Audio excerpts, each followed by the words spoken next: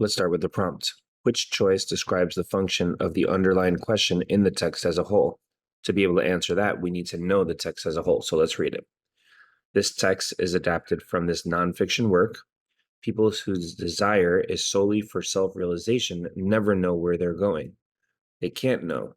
In one sense of the word, it is of course necessary to know oneself. That is the first achievement of knowledge.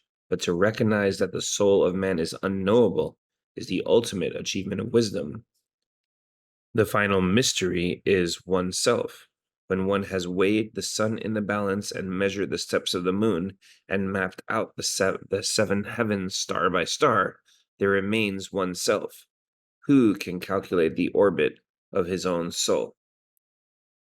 So a really deep thought process here. And as you noticed, I did read it word for word because it's very sort of poetic and there's some real writing going on here, so we can't really cut corners. In any case, they're saying that, or Wilde is saying that self-realization is necessary. It's the first achievement of knowledge. But once you try that, you realize that the soul of man is unknowable. So it's good to know yourself, but it's actually the hardest thing. And it's the ultimate achievement of wisdom to realize that you can't truly know yourself. That's the final mystery. It's supposed to be the hardest one. And it says, when you've done all the other stuff, when you've weighed the sun and measured the moon and mapped out the heavens, there remains yourself. So the idea is that knowing yourself is harder than any other thing. Who can calculate the orbit of his own soul? So to me, that's kind of summarizing.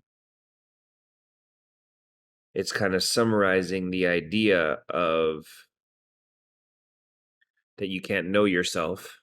And it's also bringing in the metaphor, because in order to drive the point home that it's hard to know yourself, the comparison is made between yourself and knowing the sun, the moon, the heavens, the stars, all of that.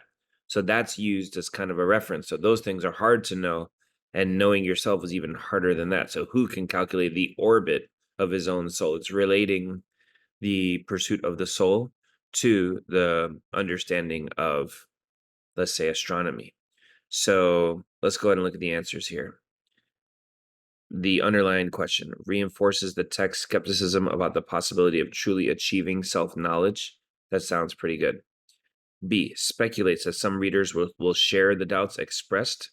I don't really see the possibility of other readers sharing the doubts. They may or may not, but that's not what's being said in this last portion here, which I'm going to underline in a different question, in a different color right here. Who can calculate the orbit of his soul? Okay, so B didn't sound good. And C, it cautions readers that the text's directions for how to achieve self-knowledge are hard to follow. Well, there are no directions for how to achieve it, so we can get rid of that one.